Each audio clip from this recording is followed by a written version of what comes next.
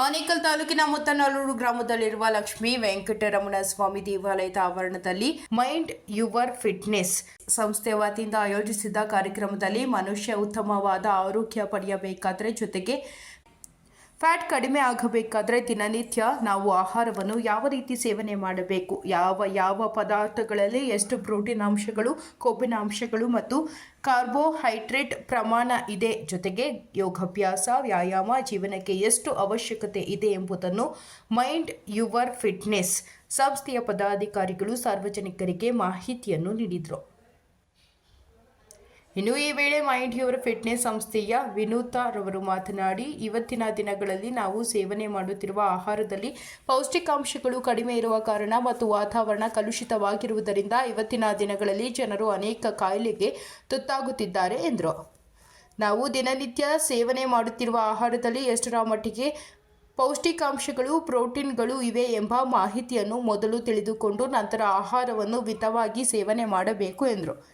ಪ್ರತಿನಿತ್ಯ ನಾವು ಉತ್ತಮ ಪೌಷ್ಟಿಕಾಂಶವುಳ್ಳ ಆಹಾರ ಪದಾರ್ಥಗಳನ್ನು, ಹಣ್ಣು ಮತ್ತು ತರಕಾರಿಗಳನ್ನು ಸೇವನೆಯನ್ನು ಉತ್ತಮ ಆರೋಗ್ಯ ಪಡೆಯಲು ಸಾಧ್ಯವಿದೆ. ಜೊತೆಗೆ ಪ್ರತಿನಿತ್ಯ ಅರ್ಧ ಗಂಟೆಗಳ ಕಾಲ ವ್ಯಾಯಾಮ, ಯೋಗ ಮಾಡುವುದರಿಂದ ಉತ್ತಮವಾದ ಆರೋಗ್ಯದ ಜೊತೆಗೆ ರೋಗಗಳು ಬರದ ರೀತಿಯಲ್ಲಿ ತಡೆಗಟ್ಟಬಹುದಾಗಿದೆ ಎಂದು ಹೇಳಿದರು.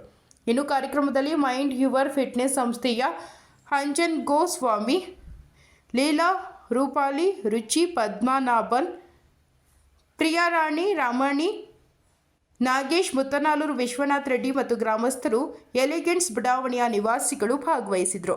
ಇವತ್ತು ನಮ್ಮ ಮೇನ್ ಅಜೆಂಡಾ ಏನಿದೆ, ಪೌಷ್ಟಿಕ ಆಹಾರ, food with nutritional value. So basically ಏನಾಗ್ತಿದೆ ಅಂದರೆ, ನಾವು ದಿನನಿತ್ಯ ಇವಾಗ ಊರಲ್ಲಿ ತೊಗೊಂಡ್ರೆ ಆಲ್ರೆಡಿ ನಾವು ಪೌಷ್ಟಿಕ ಆಹಾರ ತಿಂತಿದ್ದೀವಲ್ಲ ಅನ್ನೋ ಒಂದು ಥಾಟ್ ನಮ್ಗೆ ಆಲ್ರೆಡಿ ಇದೆ ಅಲ್ವಾ. ಸೊ ನೀವು ಎಲಿಗೆನ್ಸಿಂದ ಬಂದು ನಮ್ಗೆ ಹೇಳ್ತಿದ್ದೀರಾ ಪೌಷ್ಟಿಕ ಆಹಾರ ಹೇಗೆ ತಿನ್ನಬೇಕು ಅನ್ನೋ ಒಂದು ಥಾಟು ಇರುತ್ತೆ. ಯಾಕೆಂದರೆ ನಾವು ದಿನನಿತ್ಯ ತಿನ್ನೋದೇನು, ಮುದ್ದೆ ತಿಂತೀವಿ, ಅನ್ನ ತಿಂತೀವಿ, ಚಪಾತಿ, ದೋಸೆ ಕಾಮನಾಗಿ ತಿಂತೀವಿ. ಆದರೆ ಅದರಲ್ಲಿ ಎಷ್ಟರ ಮಟ್ಟಿಗೆ ನಮಗೆ ಪೋಷಕಾಂಶಗಳು ಸಿಗ್ತಿದೆ, ಯಾವುದರಲ್ಲಿ ಯಾವ ರೀತಿಯಾದ ಪೋಷಕಾಂಶ ಇದೆ ಅನ್ನೋದು ಒಂದು ಕ್ವೆಶ್ಚನ್ ಮಾರ್ಕ್ ಆಗೋಗುತ್ತೆ. ಸೊ ಅದ್ರ ಬಗ್ಗೆ ನಾನು ಕೆಲವೊಂದು ಅವರಿಗೆ ಇಂಗ್ಲೀಷ್ ಬರದಿರುವ ಕಾರಣ ನಾವೆಲ್ಲ ಕನ್ನಡ ಬರುತ್ತೆ, ಅದಕ್ಕೋಸ್ಕರ ಅವ್ರು ಏನೇನು ಹೇಳಬೇಕು ಅಂದ್ಕೊಂಡಿದ್ದಾರೆ ಅದನ್ನು ನಾವಿವತ್ತು ನಿಮ್ಮ ಮುಂದೆ ಇಡ್ತಿದ್ದೀವಿ. ಸೊ ನಾವು ಪೋಷಕಾಂಶಗಳು ಅಂತ ತಗೊಂಡಾಗ ಅದರಲ್ಲಿ ಮೇಜರ್ ಆಗಿ 2 ಭಾಗಗಳಾಗಿ ವಿಂಗಡಣೆ ಆಗುತ್ತೆ. ಒಂದು ಬಂದು ಮ್ಯಾಕ್ರೋ ನ್ಯೂಟ್ರಿಯನ್ಸ್, ಒಂದು ಬಂದು ಮೈಕ್ರೋ ನ್ಯೂಟ್ರಿಯನ್ಸ್.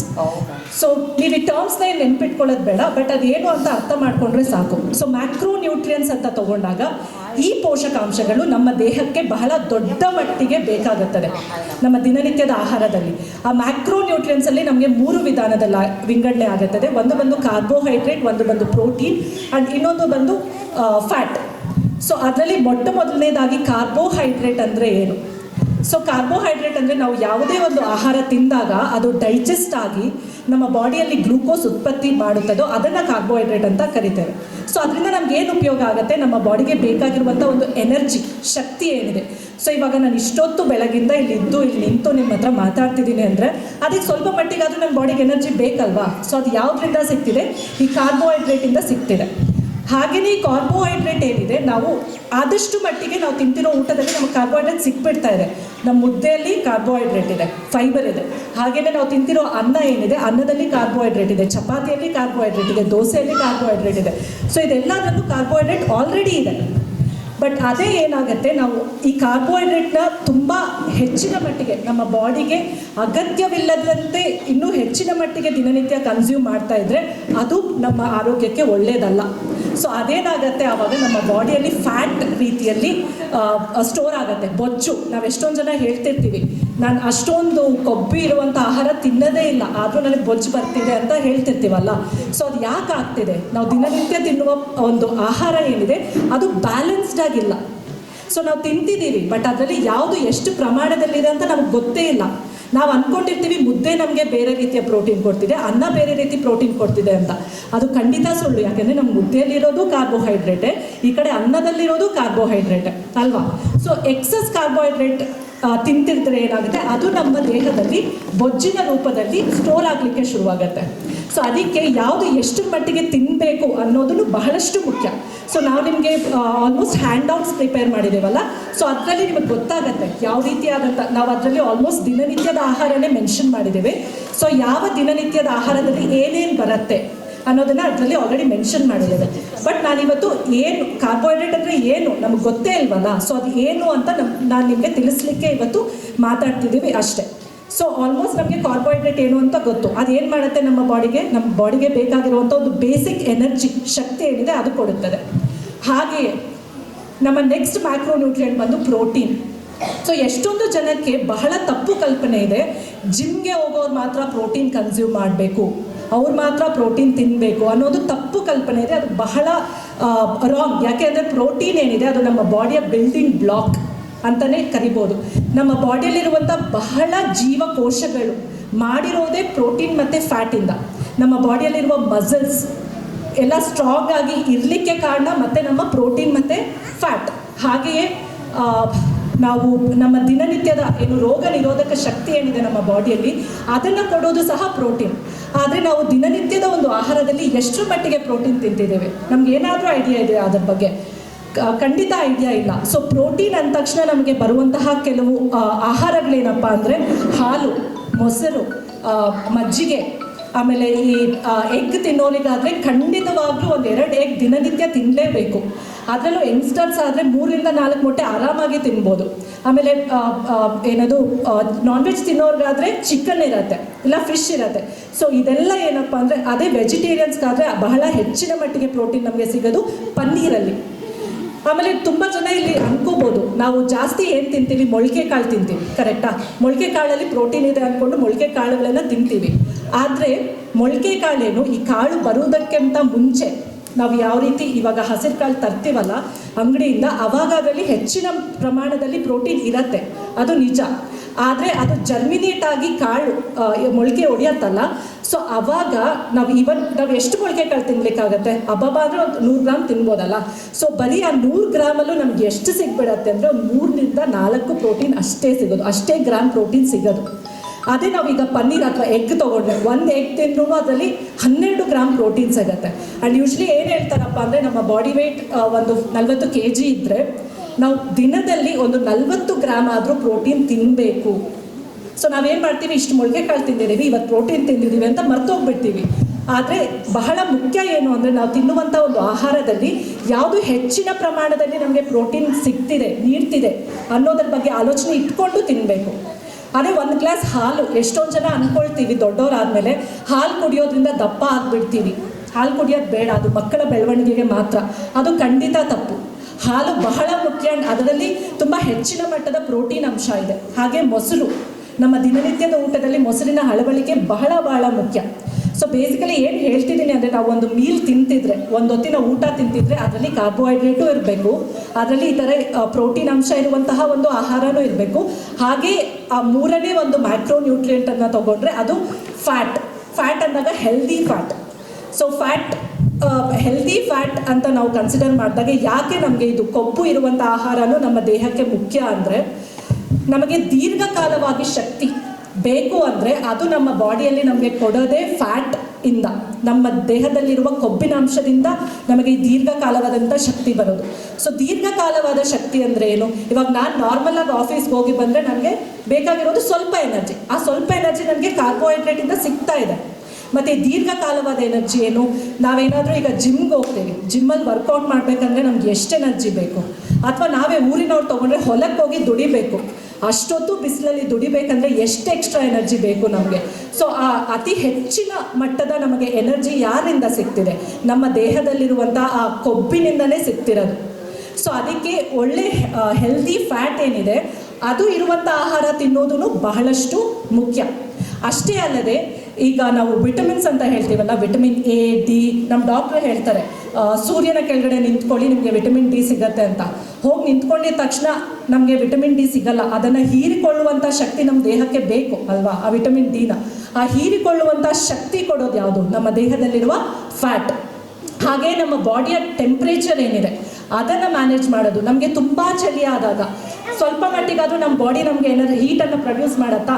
ಆ ಹೀಟ್ ಪ್ರೊಡ್ಯೂಸ್ ಮಾಡ್ತಿರೋದು ಯಾವುದು? ಮತ್ತು ನಮ್ಮ ದೇಹದಲ್ಲಿರುವ ಕೊಬ್ಬಿನ ಅಂಶ. ಸೊ ಅದಕ್ಕೆ ನಮಗೆ ಬಹಳ ಮುಖ್ಯ ಏನಪ್ಪ ಅಂದರೆ ನಮ್ಮ ಊಟದ ಪ್ರಮಾಣದಲ್ಲಿ ಒಳ್ಳೆಯ ಕೊಬ್ಬಿನಾಂಶ ಇರುವಂತಹ ಒಂದು ಊಟವನ್ನು ಸೇವಿಸುವುದು ಸಹ ಬಹಳ ಮುಖ್ಯ. ಸೊ ಅದರಲ್ಲಿ ಫಿಶ್ ಆಗಿರ್ಬೋದು, ಇಲ್ಲ ನಟ್ಸ್ ತುಂಬ ಇಂಪಾರ್ಟೆಂಟ್. ಸೊ ಬಾದಾಮ್, ಪಿಸ್ತಾ ನಮ್ಮ ದಿನನಿತ್ಯದ ಜೀವನದಲ್ಲಿ ಸ್ವಲ್ಪ ಮಟ್ಟಿಗಾದರೂ ನಾವು ನಟ್ಸ್ನ ತಗೊಳ್ಬೇಕು. ಆ ನಟ್ಸಿಂದ ನಮಗೆ ಹೆಲ್ದಿ ಫ್ಯಾಟ್ ಏನಿದೆ, ಒಳ್ಳೆಯ ಒಂದು ಕೊಬ್ಬಿನ ಅಂಶ ಏನಿದೆ ಸಿಗತ್ತೆ.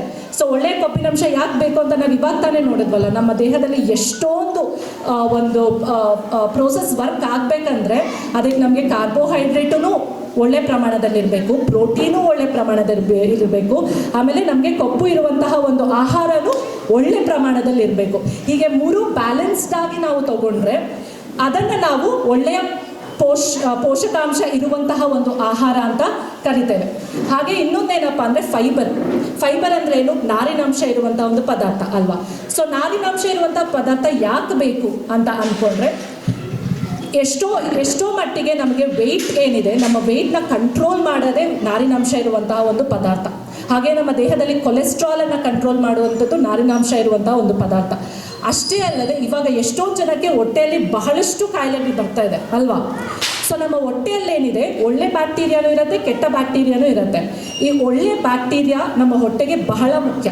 ಆ್ಯಂಡ್ ಈ ಒಳ್ಳೆ ಬ್ಯಾಕ್ಟೀರಿಯಾ ನಮ್ಮ ಹೊಟ್ಟೆಯಲ್ಲಿ ಉಳಿಬೇಕು ಅಂದರೆ ಅದು ನಾವು ನಾರಿನಾಂಶ ಇರುವಂಥ ಆಹಾರ ತಿನ್ನೋದ್ರಿಂದಲೇ ಉಳಿಯೋದು. ಇಲ್ಲಾಂದರೆ ಆ ಒಳ್ಳೆ ಬ್ಯಾಕ್ಟೀರಿಯಲ್ಲಿ ಇರಲಿಕ್ಕೆ ಸಾಧ್ಯನೇ ಇಲ್ಲ. ಆ ಒಳ್ಳೆ ಬ್ಯಾಕ್ಟೀರಿಯಾನೂ ಇಲ್ಲ ಅಂದಾಗಲೇ ನಮಗೆ ಬಹಳಷ್ಟು ರೋಗಗಳು ಹೊಟ್ಟೆಯಲ್ಲಿ ಉತ್ಪತ್ತಿ ಆಗಲಿಕ್ಕೆ ಸ್ಟಾರ್ಟ್ ಆಗುತ್ತೆ. ಸೊ ಈ ರೀತಿ ನಾರಿನಾಂಶ ಇರುವಂತಹ ಪದಾರ್ಥಗಳು ಕೂಡ ತಗೊಳ್ಳೋದು ಬಹಳ ಮುಖ್ಯ. ಸೊ ಮೇಜರ್ ಆಗಿ ನಾವು ಏನಿದೆ ಮ್ಯಾಕ್ರೋನ್ಯೂಟ್ರಿಯನ್ಸ್ ಬಗ್ಗೆ ತಿಳ್ಕೊಂಡ್ವಿ. ಹಾಗೆ ಮೈಕ್ರೋನ್ಯೂಟ್ರಿಯನ್ಸ್ ಅಂತಲೂ ಇರುತ್ತೆ. ಸೊ ಮೈಕ್ರೋನ್ಯೂಟ್ರಿಯನ್ಸ್ ಏನಪ್ಪ ಅಂದರೆ ನಮ್ಮ ದೇಹಕ್ಕೆ ಬೇಕು, ಆದರೆ ಮ್ಯಾಕ್ರೋನ್ಯೂಟ್ರಿಯನ್ಸ್ ಅಷ್ಟು ಮಟ್ಟಿಗೆ ಇಲ್ಲದಿದ್ದರೂ ಸ್ವಲ್ಪ ಮಟ್ಟಿಗೆ ನಮ್ಮ ದೇಹಕ್ಕೆ ಬೇಕಾಗಿರುತ್ತೆ. ಸೊ ಇದರ ಕೆಳಗಡೆ ಬರೋದೇನಪ್ಪ ಅಂದರೆ ವಿಟಮಿನ್ಸ್ ಮತ್ತು ಮಿನರಲ್ಸ್. ಸೊ ಇದು ಯಾವುದರಿಂದ ಸಿಗ್ತಿದೆ ನಮಗೆ? ನಮ್ಮ ದಿನನಿತ್ಯದ ವೆಜಿಟೇಬಲ್ಸ್ ಆಗಿರ್ಬೋದು, ಫ್ರೂಟ್ಸ್ ಆಗಿರ್ಬೋದು, ಇಲ್ಲ ಸೊಪ್ಪಿನ ಪಲ್ಯಗಳಾಗಿರ್ಬೋದು, ಇವೆಲ್ಲದರಲ್ಲೂ ಇರೋದು ವಿಟಮಿನ್ಸ್ ಮತ್ತು ಮಿನರಲ್ಸ್. ನಾವು ಫ್ರೂಟ್ಸ್ ಅಂದಿದ ತಕ್ಷಣ ಏನು ಮಾಡ್ತೀವಿ? ಡಾಕ್ಟರ್ ಫ್ರೂಟ್ ತಿನ್ನಿ ಅಂದಿದ ತಕ್ಷಣ ಹೋಗ್ಬಿಟ್ಟು ಅಂಗಡಿಗೆ ಒಳ್ಳೆ ಹೈ ಗ್ರೇಡ್ ಫ್ರೂಟ್, ಡ್ರ್ಯಾಗನ್ ಫ್ರೂಟೇ ಬೇಕು. No, that is very wrong. ನಮ್ಮ ಸುತ್ತಮುತ್ತಲೂ ಸಿಗುವಂತಹ ಒಂದು ಫ್ರೂಟ್ಸ್ ಏನಿದೆ ಅದು ಬಹಳಷ್ಟು ಪೋಷಕಾಂಶಗಳಲ್ಲಿ ತುಂಬಿರುತ್ತೆ. ಫಾರ್ ಎಕ್ಸಾಂಪಲ್ ಪಪಾಯ ಆಗಿರ್ಬೋದು, ಇಲ್ಲ ಸೀಬೆ ಹಣ್ಣು, ಅದರಲ್ಲಿರುವಂತಹ ಒಂದು ಪೋಷಕಾಂಶಗಳೇನಿದೆ ನಮಗೆ ಬಹಳ ಆ್ಯಪಲಲ್ಲಿ ಸಿಗ್ಲಿಕ್ಕೆ ಸಾಧ್ಯನೇ ಇಲ್ಲ. ಆಮೇಲೆ ಇನ್ನೊಂದು ಯೂಸ್ ಏನಾಗುತ್ತೆ ಇದರಲ್ಲಿ, ಈ ತರಕಾರಿ ಅಥವಾ ಒಂದು ಫ್ರೂಟ್ಸ್ ಏನಿದೆ ನಾವೇ ಬೆಳಿತಿದ್ದೀವಿ ಅಲ್ವಾ. ಸೊ ಅದರಿಂದ ಏನಾಗುತ್ತೆ, ಅದು ನಮಗೆ ಫ್ರೆಶ್ ಆಗಿ ಸಿಗುತ್ತೆ. ಇನ್ನೊಂದು ಯಾವುದೇ ಆದಂಥ ಮೆಡಿಸನ್ನ ನಾವು ಯೂಸ್ ಮಾಡದೆ ಬೆಳೆದಿರ್ತೀವಿ. ಆ್ಯಂಡ್ ಇನ್ನೊಂದು, ನಮಗೆ ಆ್ಯಪಲ್ಗಿಂತ ಹೆಚ್ಚಿನ ಮಟ್ಟಿಗೆ ಪೋಷಕಾಂಶ ಇದರಲ್ಲಿ ಸಿಗ್ತಿದೆ. ಎಷ್ಟೊಂದು ಜನ ಮನೆ ಮುಂದೆ ಸೀಬೆ ಹಣ್ಣಿನ ಒಂದು ಗಿಡ ಇದ್ರೂ ನಾವು ಅದನ್ನು ತಿನ್ನಲಿಕ್ಕೆ ಹೋಗಲ್ಲ. ಸೊ ಅದು ಬಹಳ ತಪ್ಪು. ಸೊ ಈ ರೀತಿ ನಮ್ಮ ಸುತ್ತಮುತ್ತಲೇ ಇರುವಂತಹ ಎಷ್ಟೋ ಒಂದು ಪೋಷಕಾಂಶಗಳ ಬಗ್ಗೆ ನಾವು ಗಮನನೇ ಹರಿಸ್ತಾ ಇಲ್ಲ. ಅದಕ್ಕೆ ಇನ್ನೊಂದು ಚಿಕ್ಕ ಎಕ್ಸಾಂಪಲ್ ಏನು ಕೊಡ್ಬೋದು ಅಂದರೆ, ನಮ್ಮ ಆಗಿನ ಕಾಲದವರು ಊಟ ಮಾಡ್ತಿದ್ರು. ಸೊ ಆದರೆ ಏನಾಗ್ತಿತ್ತು, ಅವ್ರು ತಿಂತಿದ್ದಂಥ rice was not polished rice. ಆದರೆ ನಾವೇನು ಮಾಡ್ತಿದ್ದೀವಿ ಈಗ, ಪಾಲಿಶ್ಡ್ ರೈಸ್ ತಿಂತಿದ್ದೀವಿ. ಸೊ ಏನಾಗುತ್ತೆ, ಪಾಲಿಶ್ಡ್ ರೈಸ್ ತಿಂದಾಗ ಈ ಔಟರ್ ಲೇಯರ್ ಇರುತ್ತಲ್ಲ, ಔಟರ್ ಲೇಯರಲ್ಲೇ ಹೆಚ್ಚಿನ ಮಟ್ಟಿಗಿನ ಫೈಬರ್ ಇರೋದು, ಅದರಲ್ಲೇ ಹೆಚ್ಚಿನ ಮಟ್ಟಿಗಿನ ವಿಟಮಿನ್ಸ್ ಇರೋದು, ಅದರಲ್ಲೇ ಹೆಚ್ಚಿನ ಮಟ್ಟಿಗಿನ ಮಿನರಲ್ಸ್ ಇರೋದು. ಸೊ ಅವ್ರಿಗೆ ಏನಾಗ್ತಿತ್ತು, ಅವರು ಪಾಲಿಶ್ ಆಗದೇ ಇರೋಂಥ ರೈಸ್ ತಿಂತಿದ್ರು. ಸೊ ಅವ್ರಿಗೆ ಗೊತ್ತಿಲ್ಲದೇನೆ ಅವ್ರ ಊಟದಲ್ಲಿ ಮುದ್ದೆ ಅದರಲ್ಲಿ ಕಾರ್ಬೋಹೈಡ್ರೇಟ್ ಫೈಬರ್ ಇತ್ತು, ರೈಸ್ ಅದರಲ್ಲಿ ಕಾರ್ಬೋಹೈಡ್ರೇಟು ಇತ್ತು. ಅವರು ಪಾಲಿಶ್ ಇಲ್ಲದೆ ಇರುವಂಥ ರೈಸ್ ತಿಂತಿದ್ರಿಂದ ಅದರಲ್ಲಿ ಮಿನರಲ್ಸ್ ಇತ್ತು, ವಿಟಮಿನ್ಸ್ ಇತ್ತು, ಎಲ್ಲ ಇತ್ತು. ಬಟ್ ನಾವೇನು ಮಾಡ್ತಿದ್ದೀವಿ, ಔಟರ್ ಲೇಯರೇ ಹೋಗ್ಬಿಡ್ತಿದೆ, ಪಾಲಿಶ್ ಆಗಿ ತಿಂತಿದ್ದೀವಿ. ಸೊ ಏನಾಗ್ತಿದೆ, ಮುದ್ದೆಯಲ್ಲಿರೋದನ್ನು ಕಾರ್ಬೋಹೈಡ್ರೇಟ್ ಮತ್ತು ಅನ್ನದಲ್ಲಿರೋದನ್ನು ಕಾರ್ಬೋಹೈಡ್ರೇಟ್. ನಮ್ಗೆ ಬೇಸಿಕಲಿ ಏನು ಎಕ್ಸ್ಟ್ರಾ ಬೇಕು ನಮ್ಮ ಆಹಾರಕ್ಕೆ, ನಮ್ಗೆ ಏನು ಎಕ್ಸ್ಟ್ರಾ ಪೋಷಕಾಂಶಗಳು ಬೇಕು ಅದಿಲ್ಲವೇ ಇಲ್ಲ. ಸೊ ಅದಕ್ಕಾಗಿ ನೀವು ಈ ಸೆಷನ್ ಆದಮೇಲೆ ಮನೆಗೆ ಹೋಗಿ ನೋಡಿದ್ರೆ ಎಲ್ಲ ಲಿಸ್ಟ್ ಮಾಡಿದ್ದೀವಿ ನಾವು, ಕನ್ನಡದಲ್ಲೂ ಅದನ್ನು ಟ್ರಾನ್ಸ್ಲೇಟ್ ಮಾಡಿ ಕೊಟ್ಟಿದ್ದೀವಿ. ನಮ್ಮ ಆಹಾರದಲ್ಲಿ ಏನೇನಿದೆ ಅನ್ನೋದನ್ನು ಕೊಟ್ಟಿದ್ದೀವಿ. ಸೊ ಯಾವುದೇ ಒಂದು ಬೆಳಗಿನ ಆಹಾರ ಆಗಿರ್ಬೋದು, ಮಧ್ಯಾಹ್ನ ಆಗಿರ್ಬೋದು, ಇಲ್ಲ ರಾತ್ರಿ ಆಗಿರ್ಬೋದು, ನಾವು ತಿನ್ನುವಂಥ ಒಂದು ಆಹಾರದಲ್ಲಿ ಈ ಎಲ್ಲ ಪದಾರ್ಥಗಳು ಸೇರಿ ಒಂದು ಬ್ಯಾಲೆನ್ಸ್ಡ್ ಆಗಿರುವ ಊಟ ಇದೆಯಾ ಇಲ್ವಾ ಅನ್ನೋ ಒಂದು ಚಿಕ್ಕ ಒಂದು ಇದನ್ನು ನಾವು ರೂಢಿನ ಅಳವಡಿಸ್ಕೊಂಡ್ಬಿಟ್ರೆ ನಮ್ಮ ಆರೋಗ್ಯ ಎಷ್ಟರ ಮಟ್ಟಿಗೆ ಇಂಪ್ರೂವ್ ಆಗಿಬಿಡತ್ತೆ ಅನ್ನೋದಕ್ಕೆ ಒಂದು ಚಿಕ್ಕ ಮಾತುಕತೆಯಾಗಿತ್ತು. ಶಾರೀರಿಕ ಒತ್ತಡಗಳು, ಸೋಮಾರಿತನ, ಇವುಗಳಿಂದ ಸಾಮಾನ್ಯ ಆರೋಗ್ಯ ಸಮಸ್ಯೆಗಳು ಬರ್ತವೆ. ಇವುಗಳಿಂದ ಕಾಪಾಡ್ಕೊಳ್ಳಿಕ್ಕೆ ನಾವು ಹಣ್ಣುಗಳು ತಿನ್ನಬೇಕು. ಏನೇನು ಹಣ್ಣುಗಳು? ನಿಂಬೆಹಣ್ಣು, ಕಿತ್ತಳೆ ಹಣ್ಣು, ದ್ರಾಕ್ಷಿ ಹಣ್ಣು, ಬೆರಿಗಳು, ನಟ್ಸ್, ಸೀಡ್ಸ್, ಈ ಥರ. ತರಕಾರಿಗಳಲ್ಲಿ ಶುಂಠಿ, ಹಸಿರು ಎಲೆ ತರಕಾರಿಗಳು, ಅರಿಶಿಣ, ಲವಂಗ ಇತ್ಯಾದಿ. ಈ ಥರ ಆಹಾರಗಳಲ್ಲಿ ಕೋಳಿ ಮೊಟ್ಟೆ, ಮೊಸರು. ನಾವು ತಗೊಳ್ಳೇಬೇಕಾಗಬಾರ್ದು ಫಾಸ್ಟ್ ಅಂತ ಆಹಾರಗಳು, ತಪ್ಪಿಸಿಕೊಳ್ಳಬೇಕಾದ ಆಹಾರಗಳು: ಫಾಸ್ಟ್ ಫುಡ್, ಹೆಚ್ಚಾದ ಸಕ್ಕರೆ, ಹೆಚ್ಚು ಕೊಬ್ಬು, ಕರಿದ ಆಹಾರ, ಪ್ರೊಸೆಸ್ಡ್ ಮೀಟ್. ಪ್ರೊಸೆಸ್ಡ್ ಅಂದರೆ ತಯಾರಿಸಿ ಪ್ಯಾಕ್ ಮಾಡಿರೋ ಅಂಥ ಮಾಂಸ. ಇನ್ನು ಚೇತರಿಕೆ ಮತ್ತು ಗುಣಮುಖ: ಜ್ವರ ಬಂದಾಗ ನೀರು, ದ್ರವ, ರಸದ ಹಣ್ಣುಗಳು, ಕಡಿಮೆ ಎಣ್ಣೆ, ಕಡಿಮೆ ಪ್ರೋಟೀನ್ಸ್, ಈ ಥರ ಆಹಾರಗಳನ್ನು ತಗೊಳ್ಬೇಕು ಜ್ವರ ಬಂದಾಗ. ಗಾಯ ಆದಾಗ ಹೆಚ್ಚಾದ ಪ್ರೋಟೀನ್ಗಳು, ಹೆಚ್ಚಾದ ಫೈಬರ್ಗಳನ್ನು ತಗೊಳ್ಬೇಕು. ಮೋಷನ್ ಸಮಸ್ಯೆ ಇದ್ದಾಗ ಮೊಸರು, ಸಿಪ್ಪೆ ಸಹಿತ ಆಲೂಗಡ್ಡೆ, ನಟ್ಸ್, ಬೀನ್ಸ್ ಮತ್ತು ಸೀಡ್ಸ್ಗಳನ್ನು ತಗೊಳ್ಬೇಕು. ಗಂಟಲು ಕೆರೆತ ಯಾವಾಗಲೂ ಇರುತ್ತೆ ನಮಗೆ. ನಾವು ನಮ್ಮ ಮನೆ ಮುಂದೆ ಇರೋ ಮನೆಮದ್ದನ್ನೇ ಯೂಸ್ ಮಾಡ್ತೀವಿ. ನಮ್ಮ ಮನೆಯಲ್ಲಿರೋ ಮನೆಮದ್ದನ್ನೇ ನಾವು ತಗೋಬೋದು. ಶುಂಠಿ, ಜೇನುತುಪ್ಪ, ಲವಂಗ, ಬಿಸಿಯಾದ ಪಾನೀಯಗಳು ಮತ್ತು ಸೂಪ್ಗಳನ್ನು ತಗೊಳ್ಬೇಕು. ಈ ಥರ ಎಲೆ, ಸೊಪ್ಪು ಈ ಥರ ತಗೋಬೋದು. ಹಸಿರು ಎಲೆ ತರಕಾರಿಗಳು. ಹೆಚ್ಚು ಶಾರೀರಿಕ ಒತ್ತಡ, ಮೆಂಟಲ್ ಸ್ಟ್ರೆಸ್ ಇರುವಾಗ ನೀರು, ಸಮತೋಲನ ಆಹಾರಗಳನ್ನು ತಗೊಳ್ಬೇಕು. Shoulders, knees and toes, knees and toes. Head, shoulders, knees and toes, knees and toes. Eyes and ears and mouth. Shoulders, knees and toes, knees and toes. Head, shoulders, knees and toes, knees and toes. Eyes and ears and nose. Head, shoulders, knees and toes. Little more faster. Head, shoulders, knees and toes, knees and toes. Head, shoulders, knees and toes, knees and toes. Okay, fantastic. Thank you so much. ನಿಮಗೆ ನೀ pain ಬರುತ್ತಾ, back pain ಬರುತ್ತಾ, shoulder pain ಬರುತ್ತಾ, ಅದು ನಮ್ಮ activities ಮೇಲೆ depend ಆಗುತ್ತೆ. ಯಾಕಂದರೆ ನಾವು ಚಿಕ್ಕ ವಯಸ್ಸಿಂದ ಆಡ್ತಾ ಇರ್ತೀವಿ. ಕೆಲವರು ಕ್ರಿಕೆಟ್ ಇಷ್ಟ ಆಗುತ್ತೆ, ಕೆಲವರು ಮರನ ಮೇಲೆ ಹೋಗ್ತಾರಲ್ವ. ಸೊ ಒಬ್ಬೊಬ್ಬರಿಗೆ ಶೋಲ್ಡರ್ ಪೇನ್ ಬರುತ್ತೆ, ಒಬ್ಬೊಬ್ಬರಿಗೆ ಬ್ಯಾಕ್ ಪೇನ್ ಬರುತ್ತೆ. ಮನೆಯಲ್ಲಿ ಬಂದ್ಬಿಟ್ಟು ಇವಾಗ ಮಗುನ ಎತ್ತಬೇಕಂದ್ರೆ ಮಗುನ ಹೆಂಗೆ ಎತ್ತೀವಿ? ಕೆಲವ್ರು ಬಂದ್ಬಿಟ್ಟು ಸುಮ್ಮನೆ ಮಗುನ ಹಿಂಗೆ ಎತ್ತಾರೆ ಅಲ್ವಾ. ಕೆಲವ್ರು ಬಂದ್ಬಿಟ್ಟು ಬೆಂಡ್ ಮಾಡಿ, ಸ್ಕ್ವಾಟ್ ಮಾಡಿ ಎತ್ತಾರೆ. ಯಾವ್ದು ಕರೆಕ್ಟ್ ರೀತಿ ಅಲ್ವಾ? ಬೆಂಡ್ ಮಾಡಿ, ಸ್ಕ್ವಾಟ್ ಮಾಡಿ ಮಗುನ ತೆಗಿಬೇಕಲ್ವ. ಸೊ ನಾವು ಮಾಡೋದು ಒಂದೊಂದು ಆ್ಯಕ್ಟಿವಿಟೀಸ್ನಲ್ಲೂ ನಮ್ಮದು ಕಾನ್ಷಿಯಸ್ನೆಸ್ ಇರಲೇಬೇಕು. ನಾವು ಸುಮ್ಮನೆ ಏನಾದರೂ ಒಂದು ರಶ್ನಲ್ಲಿ ಮಾಡಿ, ಹರಿನಲ್ಲಿ ಮಾಡಿಬಿಟ್ಟು ಅದು ಕಾಸ್ ಆಗುತ್ತೆ ಆ್ಯಕ್ಟಿವಿಟಿ, ನಿಮ್ಮ ಜಾಯಿಂಟ್ ಪೇನ್ ಬರೋಕ್ಕೆ ಅಲ್ವಾ. ಅದೇ ಥರ ನಿಮಗೆ ಬ್ಯಾಕ್ ಪೇನು, ನಾವು ನಡೆಯೋ ರೀತಿನೂ, ನಾವು ಕೂತ್ಕೊಂಡಿರೋ ರೀತಿನೂ ತುಂಬ ಮುಖ್ಯ. ನಾವು ತುಂಬ ಹೊತ್ತು ಟಿ ವಿ ನೋಡ್ತಾ ಇರುವಾಗ ಸೋಫಾನಲ್ಲಿ ಇಲ್ಲ ಕೆಳಗೆ ಕೂತ್ಕೊಂಡು ನಾವು ಕೂತ್ಕೊಂಡಿರ್ತೀವಿ. ಅದು ಒಂದು ಹಾಫ್ ಆನ್ ಅವರ್ ಆದಮೇಲೆ ಒಂದು ಅನ್ಈಸಿ ಪೇನ್ ಬಂದೇ ಬರುತ್ತೆ. ಸೊ ಅದು ಬಂದ್ಬಿಟ್ಟು ನೀವು ಎಷ್ಟು ಹೊತ್ತಾಗುತ್ತೋ ನೀವು ಕೆಳಗೆ ಕೂತ್ಕೊಂಡ್ರೆ ಪರವಾಗಿಲ್ಲ, ಅಂದರೆ ಸ್ಟ್ರೈಟ್ ಕೂತ್ಕೋಬೇಕು, ನಿಮ್ಮ ಶೋಲ್ಡರ್ಸು ಮೇಲಿರಬೇಕು. ಸೊ ಈ ಥರ ಒಂದೊಂದು ಆ್ಯಕ್ಟಿವಿಟೀಸ್ನಲ್ಲೂ ನಿಮಗೆ ಇದು. ಅದೇ ಥರ ನೀವು ತುಂಬ ಹೊತ್ತು ಮನೆಯಲ್ಲಿ ಏನಾದರೂ ಸಾಮಾನು ವಾಶ್ ಮಾಡ್ತಾ ಇದ್ದರೆ ನಿಮ್ಗೆ ಪೇಯ್ನ್ ಬರುತ್ತೆ, ಬ್ಯಾಕ್ ಪೇಯ್ನ್ ಬರುತ್ತೆ, ನಿಮ್ಗೆ ಪೇಯ್ನ್ ಬರುತ್ತೆ. ಇಮಿಡಿಯೇಟಾಗಿ ಏನು ಮಾಡ್ತೀರಾ ನೀವು? ಹಿಂಗೆ ಮಾಡ್ತೀರಾ, ಇಲ್ಲ ಹಿಂಗೆ ಮಾಡ್ತೀರಾ ಅಲ್ವಾ. ಸೊ ಅಂಜದವ್ರು ಅವ್ರು ಹೇಳ್ತಿದ್ರು ಅದೆಲ್ಲ ಮಾಡಬಾರ್ದಲ್ವ. ಯಾಕಂದರೆ ಅದು ಮಾಡಿದ್ರೆ ನಿಮಗೆ ಪೇಯ್ನ್ ಇನ್ನೂ ಜಾಸ್ತಿ ಆಗುತ್ತೆ. ಅವ್ರು ಏನು ಹೇಳಿದ್ರು, ಫಸ್ಟು ನಿಮ್ಮ ಶೋಲ್ಡರ್ಸ್ನ ಸ್ವಲ್ಪ ವಾರ್ಮ್ ಆಗಿರಬೇಕು. ಎಷ್ಟೊತ್ತಾಗುತ್ತೋ ನಿಮ್ಗೆ ವಾರ್ಮ್ ಆಗಿಟ್ಟರೆ ಆವಾಗ ನಿಮಗೆ ಆ ಪೇಯ್ನ್ ಎಕ್ಸಾಜರೇಟ್ ಆಗಲ್ಲ, ಓಕೆ, ಅಗ್ರಿವೇಟ್ ಆಗಲ್ಲ. ಸೊ ಅದು ಆಟೋಮ್ಯಾಟಿಕಾಗಿ ನಿಮ್ಮ ಪೇಯ್ನ ವಾಪಸ್ ಬರುತ್ತೆ.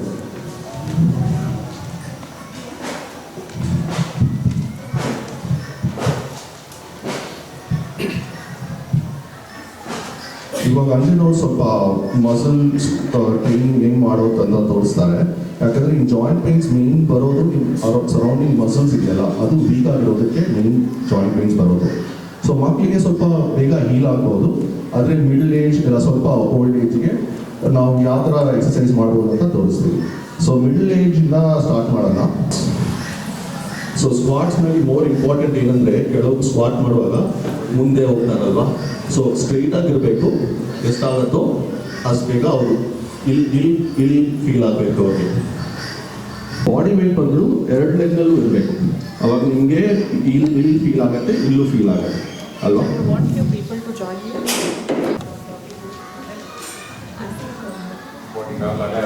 ಹಾಂ, correct. Okay, let's down.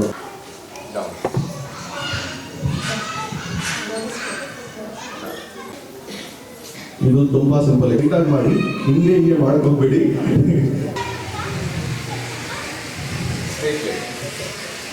Leg straight ಆಗಿರಬೇಕು. ಊಟ ಮಾಡಾದ್ಮೇಲೆ ಮಾಡಬೇಡಿರಲ್ಲ. ಅದೇ ನೀವು ಬೆಳಗ್ಗೆ ಅಂಜನವ್ರು ಏನು ಹೇಳ್ತಿದ್ದಾರೆ ಅಂದರೆ ಈ ಪಾಮ್ಸ್ ಕರೆಕ್ಟಾಗಿ ಶೋಲ್ಡರ್ಸ್ ಕರೆಕ್ಟಾಗಿ ಈ ಲೆವೆಲ್ನಲ್ಲಿ ಇರಬೇಕು. ಹಿಂದೆ ಹೋಗಬಾರ್ದು. ಅದೇ ಥರ ಹಿಪ್ಸ್ ಬಂದ್ಬಿಟ್ಟು ಸ್ವಲ್ಪ ಮೇಲಿರಬೇಕು, ಕೆಳಗೆ ಹೋಗ್ಬಾರ್ದು. ಈ ಥರ ಕೆಳಗೆ ಹೋದರೆ ನಿಮಗೆ ಮತ್ತೆ ಇಲ್ಲಿ ಸ್ಟ್ರೆಚ್ ಬರುತ್ತೆ. ಸೊ ಸ್ವಲ್ಪ ಮೇಲಿರಬೇಕು. ಇದು ಭುಜಂಗಾಸನ. ಎರಡೂ ನಿಮ್ಮ ಬ್ಯಾಕಿಗೆ ಒಳ್ಳೆ ಸ್ಟ್ರೆಚ್ ಬರುತ್ತೆ ಮತ್ತು ನಿಮ್ಮ ಶೋಲ್ಡರ್ಸ್ಗೆ. ಈ ಮೂಮೆಂಟ್ ಈ ಥರ ಸ್ಲೋವಾಗಿ ಮಾಡಿ, ಎಷ್ಟು ಸ್ಲೋವಾಗಿ ಆಗುತ್ತೋ ಅಷ್ಟು ಸ್ಲೋವಾಗಿ ಮಾಡಿ. ಅವಾಗ ನಿಮ್ಮ ಬೆನ್ನು ಸ್ವಲ್ಪ ಕಡಿಮೆ ಆಗುತ್ತೆ, ಶೋಲ್ಡರ್ಸು ಅಷ್ಟೇ ಸ್ವಲ್ಪ ಫ್ರೀ ಆಗುತ್ತೆ. ಒಂದು 2-3 ದಿವಸ ಮಾಡಿದ್ರೆ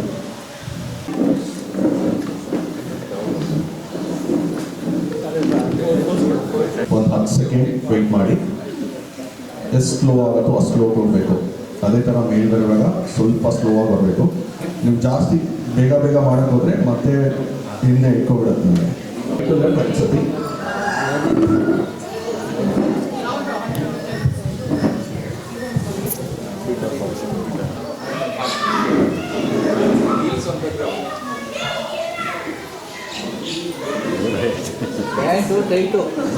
ಕೆಳಗೆ ಕಾಲು ಬಂದ್ಬಿಟ್ಟು ಕೆಳಗಿರ್ಬೇಕು, ಮೇಲೆ ಹೋಗ್ಬಾರ್ದು, ಬೆನ್ನು ಹಿಂದೆ ಹೋಗ್ಬಾರ್ದು, ಕರೆಕ್ಟಾಗಿ ಸೈಡಲ್ಲಿ ಇರಬೇಕು. ಅವಾಗ ನಿಮಗೆ ಬೆಂಡ್ ಮಾಡಬಾರ್ದು.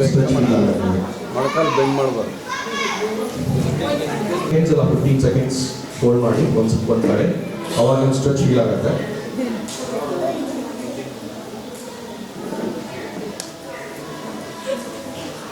One, 2, 8, 9, 10. ಇದು ಮಾಡುವಾಗ ನೀವು ಇದು ನಿಮ್ಮ ಅಪ್ಪರ್ ಬ್ಯಾಕಿಗೆ ಕ್ಯಾಮ್ರಾ ಇಟ್ಕೊಳ್ತೀವಿ ಮಾಡೋದು. ಶೋಲ್ಡರ್ ಬ್ಲೇಡ್ಸ್, ಈ ಬ್ಲೇಡ್ಸ್ ಇದೆಯಲ್ಲ ಶೋಲ್ಡರ್ ಬ್ಲೇಡ್ಸ್. ಹಂಗೋದು